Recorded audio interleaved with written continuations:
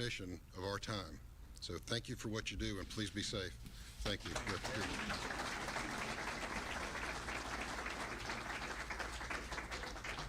It's an honor to be the cleanup hitter today. Governor, very quickly, I'm going to direct my attention over here a lot to Director Kerner and to Colonel Howes of the Florida Highway Patrol, because today is largely about recognition of their organization and their role in this mission, the mass deportation mission, the largest deportation in history. And the governor recounted, because in a minute I'm going to talk a little bit about back in the Biden administration, some stories that are emblematic of what this organization and its leadership are about. When President Trump came into office and he declared a national emergency, which a lot of people often forget that we are in an emergency. You declared one in January of 2023 when we had the maritime invasion. But it's not ordinary time. It's not regular order. President Trump comes into office, declares a national emergency, orders the borders secured to restore our national sovereignty in 7 weeks, done, effectively done in 7 weeks. And then he says engage in the largest mass deportation that's ever occurred in history.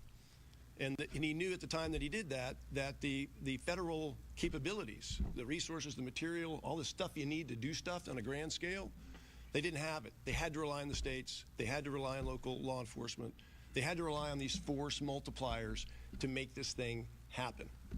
And in a second, I'm going to talk a little bit about what we're doing where now and your critical role in that process. But let me take you back in time to the Biden administration, where I spent a good amount of time at the border at the direction of the governor, assessing the situation and figuring out what we could do, because we were basically kind of fighting a battle or a war against our own country.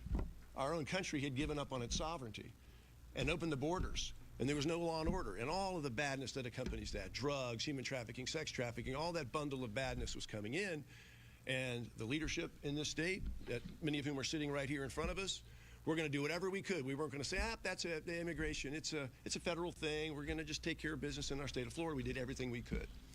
Spent a lot of time out there in the border. The governor sent and arranged to send the Florida National Guard, other state law enforcement agencies to help Texas, to help the border states secure the border, to repel the invasion. So while we're out there, everybody's kind of facing externally or outward.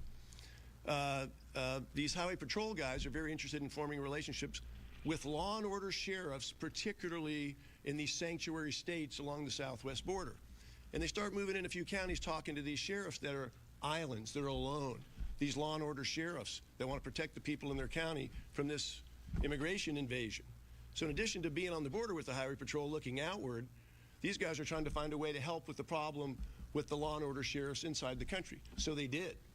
They had already developed with the Florida Highway Patrol interdiction methods and techniques here in Florida, because even though they knew when they would catch them and they would call ICE, although ICE badly wanted to arrest them, they had been ordered by the Biden administration to let them go. But they developed the skills, they developed the techniques, they developed the strategies to do that.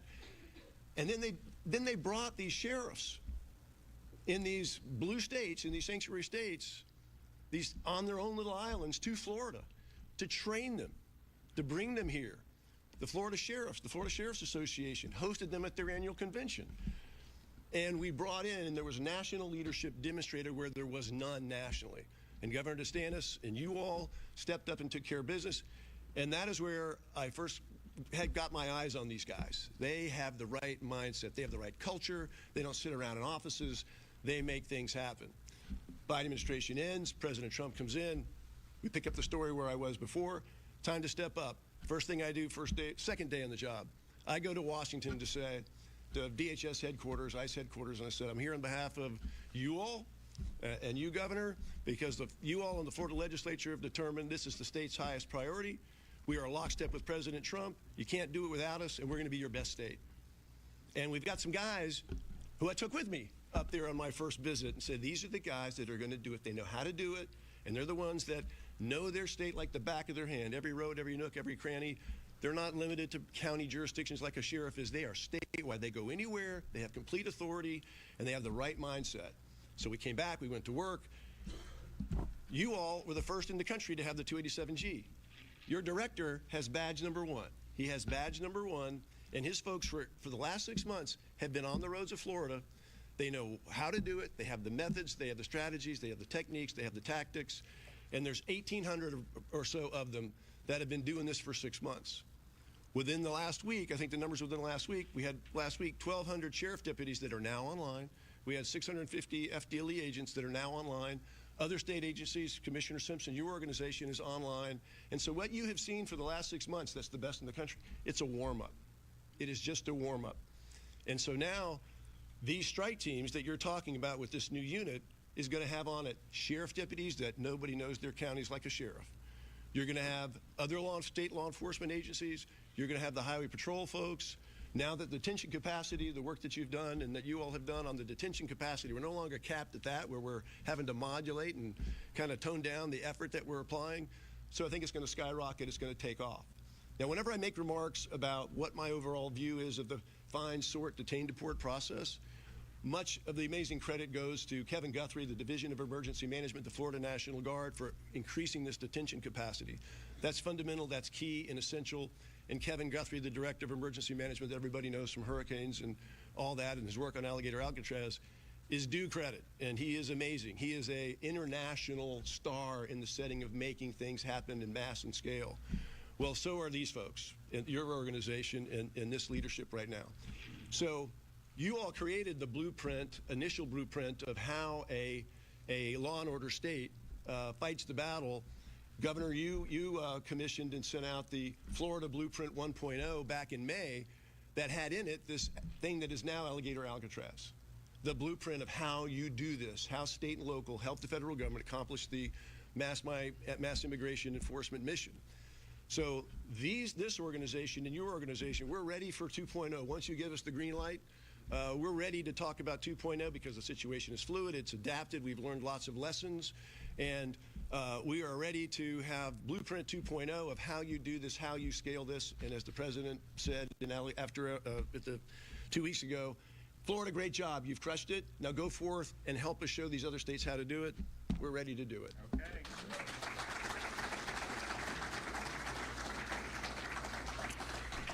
Well, thanks again for everybody that's been involved. I mean, I know we got a lot more work to do, but if you compare Florida to other states in terms of who's taken this really seriously, and not just with rhetoric, but with action, we're second to none. You know, as usual on a lot of the stuff, we're happy to step up and get things done. So we've done a lot. These guys behind me have done a lot. FHP's done a lot, but there is a lot more to do. I'd also just remind people that today is the start of our back-to-school sales tax-free month of August now. So every August in Florida, we made it permanent. You'll have the entire month of August to stock up on those school supplies. And incidentally, yesterday we were, I was home in the afternoon after come back from the office, and my wife's like, yeah, I'm gonna go do school shopping. The kids are gonna probably want me to come. I'm like, no, you're not. She's like, what? I'm like, you can't shop for school on July 31st when we have the August 1st. Oh, you're right. And so she's gonna be, we're gonna be doing that in the next few days. But we're at the point in the summer, so our kids get out Memorial Day. I know a lot of schools do. Some go a little later. And it's like, okay, school year done, have a little fun, and then they do activities in the summer, different types of camps, whatever. Well, now we're kind of at the point where the mom and dad are like, when does school start again? Can we get that going? So that's coming up in a couple weeks, and we're going to be happy that will happen. There's other things that you may miss a little bit over the summer, but after the first month, fine. After the second month, it's like, all right, we've got to get going back into the routine here. So we're both of us are cautiously looking forward to the beginning of the school year. And then just they mentioned Kevin Guthrie. I would just remind people, we are in hurricane season. If you look like at the Atlantic now, there's not much going on. A lot of people are saying, because the media says every time it's going to be the worst ever, right? And so a lot of people, they hate when that stuff happens, because the media said 30 years ago Florida would be completely underwater by now, right, because of global warming. I mean, so you see this stuff. So I think there's a natural reaction, because people are, if they see someone trying to scare them, they're just going to say, so like people are now looking, oh, it's been uneventful, whatever. But we're just now getting into where you would have more rapid a chance of this happening as you get into mid-August. So it looks pretty clear for the immediate future, but as you start to get into mid-August, and then September is always very difficult, and then the beginning of October as well, you can have a quiet hurricane season until it's not. And if you go back to 2022, at this point, we're like, yeah, it's been quiet. Just keep to yourself. August was quiet in 2022. Then we get into the first week of September. Nothing. The second week of September. And then people really started chirping, nothing to see. And I knew as soon as that started happening, I just felt like, okay, buckle up. And then sure enough, the end of September, we got Hurricane Ian, which was, one of the biggest hurricanes that we've had in this country in the last 10 years. So we don't know that, and you can have a very modest or even weak overall season, but it only takes one to impact communities. And so, yes, we haven't had much. I know it's been very hot. We haven't had much in the way of that activity relative to maybe what some of the predictions were thus far, but we are far from prime time for this. It's kind of like, maybe being in like the third inning. So just continue to do whatever. The back to school holiday is great for August. Disaster supplies are now permanently tax-free. So you can still do that. You've got plenty of time to do that. And hopefully you won't need it. Hopefully you guys won't see people like Kevin Guthrie on your TV a lot throughout the balance of this hurricane season. But we obviously plan and are ready to act if need be. Okay, do we got any questions? Well, I mean, look. All right, so you're listening there to